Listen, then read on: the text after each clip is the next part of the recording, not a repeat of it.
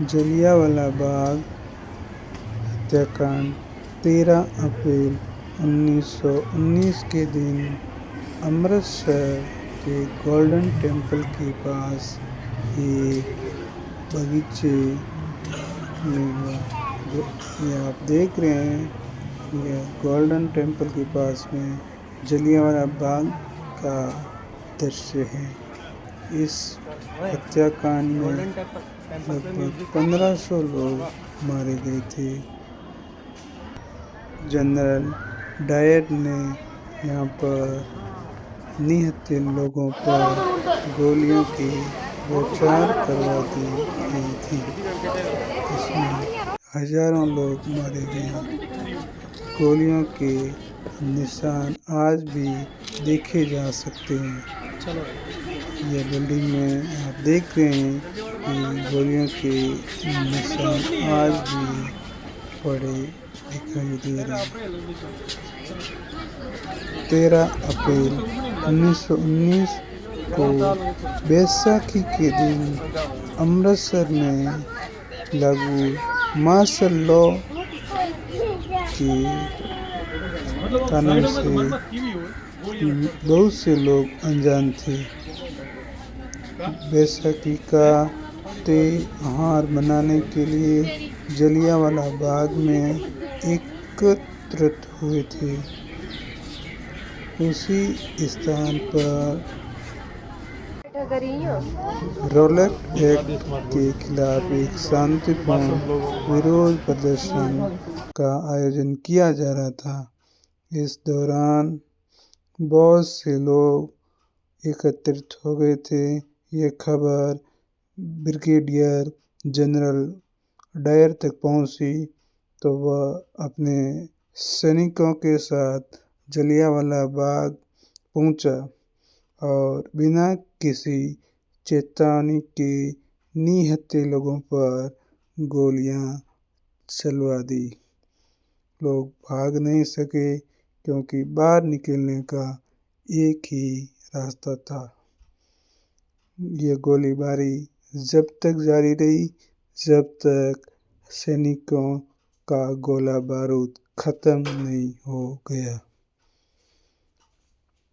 लगभग 1500 लोग इसमें मारे गए थे। 13 अप्रैल 1919 को बैसाखी का दिन था। इस दिन गुरु गोविंद सिंह ने खालसा पंथ की स्थापना की थी। इसलिए बैसाखी पंजाब और आसपास के प्रदेशों का सबसे बड़ा त्योहार है और इस दिन मेला सैकड़ों सालों से लगता आ रहा था। उस दिन भी हजारों लोग दूर दूर से आए हुए थे। यह गोल्डन टेम्पल से 500 मीटर की दूरी पर बगीचा बना हुआ है। इसमें आज भी गोलियों के निशान देखे जा सकते हैं। कई गोलियां आज भी दीवार में धसी हुई है। यह यहाँ पर बनी हुई मूर्ति है जो उन शहीदों की याद में बनाई गई है। बाग के चारों ओर एक परिपथ बनाया गया है जिनमें लोग आराम से बगीचे का घूमकर आनंद ले सकते हैं। बीच में ये माउंटेन बनाया हुआ है,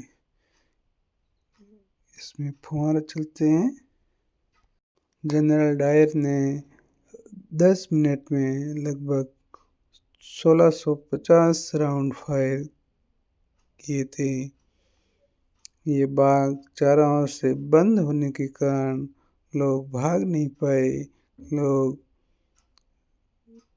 दीवारों के बीच में थे। यहाँ पे एक कुआं बना हुआ है। लोग गोलियों से बचने के लिए उस कुएं में कूद गए। उस कुएं में उसके बाद 120 लोगों के शव बाहर निकाले गए। आप देख सकते हैं यहाँ पे अभी कुएं का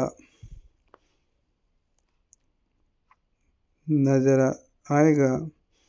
यहाँ पे बगीचा बना हुआ है। साल 1919 अमृतसर का जलियांवाला बाग मानवता को शर्मिंदा कर दी एक ऐसी घटना का गवाह बना जिसने हमेशा के लिए गोरे अंग्रेजों के चरित्र पर काला दाग लगा दिया। इसी दिन जनरल डायर ने हजारों मासूम निहत्थे हिंदुस्तानियों पर लगातार गोलियां चलवाई। यही नहीं, उन लोगों के भागने का तमाम रास्ते बंद कर दिए गए सिवाय मौत के। उनके पास कोई रास्ता नहीं था। आगे जाकर क्रांतिकारी उधम सिंह ने जलियांवाला बाग हत्याकांड में गोली चलाने का आदेश देने वाले जनरल डायर को गोली मार दी और इस हत्याकांड का बदला ले लिया। लेकिन ये सवाल फिर खड़ा हुआ कि क्या सच में मरने वाला वही व्यक्ति था जिसने उस बाग में गोली चलाने का आदेश दिया? आखिर क्या है इस हत्याकांड के पीछे की क्रूर सच्चाई? वो कौन से सर्कमस्टेंसेस थे जो इस घटना के लिए जिम्मेदार थे? आज के इस हिस्से में हम जानेंगे दिल दहला देने वाली इस घटना की एक सच्ची घटना। हमारे साथ आखिर तक जरूर बने रहिएगा ताकि आज की पीढ़ी भी जान पाए कि आजादी उतनी भी सस्ती नहीं है जितनी आसानी से आज हम इसे एंजॉय कर रहे हैं। जलियांवाला बाग हत्याकांड की भूमिका उस समय बननी शुरू हुई जब अंग्रेजों ने रॉलेट एक्ट लगाया और देश भर में इसका विरोध शुरू हुआ। वो तारीख थी 10 अप्रैल। रॉलेट एक्ट का विरोध चल रहा था और अंग्रेजों ने इस एक्ट के विरोध करने के लिए सैफुद्दीन किचलू, डॉक्टर सत्यपाल को गिरफ्तार कर लिया गया। रॉलेट एक्ट को उस समय का काला कानून कहा गया था। इस कानून का विरोध महात्मा गांधी ने भी किया था और इसके पास होते ही पूरे देश में इसका जबरदस्त विरोध शुरू हो गया। रॉलेट एक्ट के इस कानून के मुताबिक अंग्रेज बिना किसी जांच पड़ताल और मुकदमे के जब चाहे किसी भी भारतीय को गिरफ्तार करके जेल में भेज सकते थे। रॉलेट एक्ट के विरोध में सैफुद्दीन किचलू और डॉक्टर सत्यपाल की गिरफ्तारी ने आग में घी का काम किया। जनता का आक्रोश अपने उफान पर था, लेकिन तूफान से पहले वाली शांति छा गई। लोगों ने एक बड़े विरोध प्रदर्शन करने के लिए 13 अप्रैल को सुबह जलियांवाला बाग में एक बड़ी सभा करने का निर्णय लिया। सारे के सारे लोग इकट्ठा होते, वहां पर रॉलेट एक्ट का विरोध होता और साथ ही इन दोनों की गिरफ्तारी के विरोध में स्वर मुखर हुए। जलियांवाला बाग में 13 अप्रैल को होने वाली इस रैली की खबर जनरल रेजिनाल्ड डायर को पता चल गई। 13 अप्रैल पंजाब में बैसाखी का दिन भी था। वैसे भी पंजाब में बैसाखी बड़ी ही धूमधाम से मनाई जाती थी। लोग एक तरफ बैसाखी का जश्न मना रहे थे, अपने लोगों से मिल रहे थे और दूसरी तरफ इस सभा की तैयारी चल रही थी। लेकिन जनरल डायर ने इस सभा के खिलाफ पहले से ही तैयारी कर ली थी। उसने 12 अप्रैल को ही अतिरिक्त सैनिक टुकड़ी बुलाकर अपनी तरफ से पूरी तैयारी कर ली। सुबह का वक्त था। लोग बैसाखी के त्योहार के चलते खुशियां मना रहे थे और अपनों से मेल मिलाप करने के बाद लगभग 25,000 लोग जलियांवाला बाग में आम सभा के लिए इकट्ठा हो गए। इधर जनरल डायर भी अपनी पूरी सैन्य टुकड़ी लेकर जलियांवाला बाग की तरफ चला गया। जलियांवाला बाग में भीतर जाने का एक ही रास्ता था। लोगों की शहर सभा हो चुकी थी और उन्हें मालूम भी नहीं था कि कब जनरल डायर अपनी पूरी की पूरी सैन्य टुकड़ी लेकर अंदर दाखिल हुआ और उसने जलियांवाला बाग के वहां से भागने लगे। लोगों ने वहां मौजूद कुएं में कूदकर अपनी जान बचाने की कोशिश की, लेकिन कोई फायदा नहीं हुआ। कुछ लोग दीवार फांद कर भाग जाना चाहते थे, मगर उसका भी कोई फायदा नहीं हुआ। जनरल डायर के सैनिकों ने हर किसी को चुन चुन कर मारने की कसम खा रखी थी। बाग के जिस कुएं में कूदकर लोग अपनी जान बचाना चाह रहे थे, उसमें से 120 इंसानों की लाशें निकाली गई। वहां कुआं कूदकर मरने वाले लोगों के खून से भर गया। कुएं को आज भी खूनी कुएं के नाम से जाना जाता है और इतना ही नहीं, इस बाग के दीवारों पर आज भी उस समय की गोलियों के निशान मौजूद हैं। लगातार 10 मिनट हुई इस अंधाधुंध फायरिंग के बाद जनरल डायर राक्षसों की तरह हंसता हुआ वहां से बाहर चला गया। इतना ही नहीं, अमृतसर की सड़कों पर जो भी भारतीय उसे नजर आता वो उसे भी गोली मार देता। मरने वालों को अपनी तोप के पीछे रस्सी से बांधकर घसीटता हुआ ले जाया गया। इस हत्याकांड के बाद अंग्रेज सरकार ने अपने आंकड़े जारी किए। उन आंकड़ों के मुताबिक इस नरसंहार में 379 लोगों की मौत हुई, लेकिन मरने वालों की असल संख्या घटना कुछ और ही थी। हकीकत में इस हत्याकांड में हजारों लोगों की जान गई थी। इस दिल दहला देने वाली घटना ने पूरे देश को हिला कर रख दिया। चारों तरफ इस घटना की निंदा होने लगी और इस घटना की जांच का जिम्मा लेफ्टिनेंट माइकल ऑडवायर को दिया गया। गोली चलाने वाले जनरल डायर ने अपने सफाई में कहा कि गोली चलाना उसकी मजबूरी बन गई थी। उसे अपने कर्तव्य का पालन किया। अगर वो गोलियां नहीं चलवाता तो वहां मौजूद भीड़ उसे ही मार देती।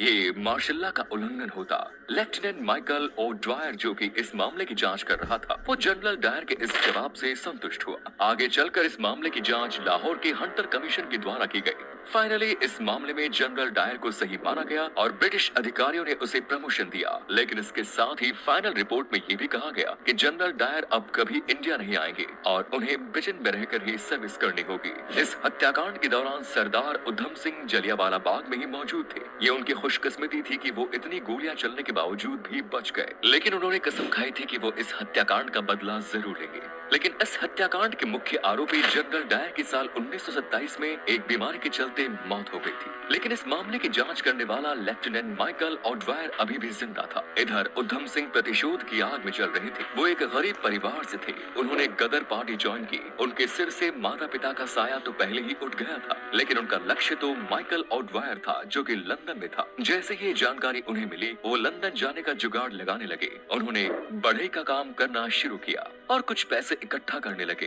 पैसे इकट्ठा करके वो अमेरिका गए। अमेरिका के बाद वहाँ से लंदन पहुँच गए। लंदन में वो एक रेस्टोरेंट में काम करने लगे। रेस्टोरेंट में काम करते हुए पैसा जमा कर रहे थे ताकि एक पिस्टल खरीद सके। इतने सब काम करने के चक्कर में उधम सिंह को पूरे 21 साल लग गए। आखिरकार फाइनली वो समय भी आ गया जब उधम सिंह अपने लक्ष्य के करीब पहुंचे। साल 1940 में लंदन के क्रैक्सटन हॉल में ईस्ट इंडिया एसोसिएशन और रॉयल सेंट्रल एशियन सोसाइटी की मीटिंग होनी थी। इस मीटिंग में माइकल ऑडवायर भी पहुंचा था और उधम सिंह एक किताब में बंदूक रखकर ले गए थे। दरअसल किताब के पन्नों को उन्होंने बंदूक की आकृति के बीच से काट लिया था और उन्हीं के बीच में वो बंदूक छुपा कर ले गए थे। पंक्ति में सबसे आगे बैठे उधम सिंह माइकल ऑडवायर के आने का इंतजार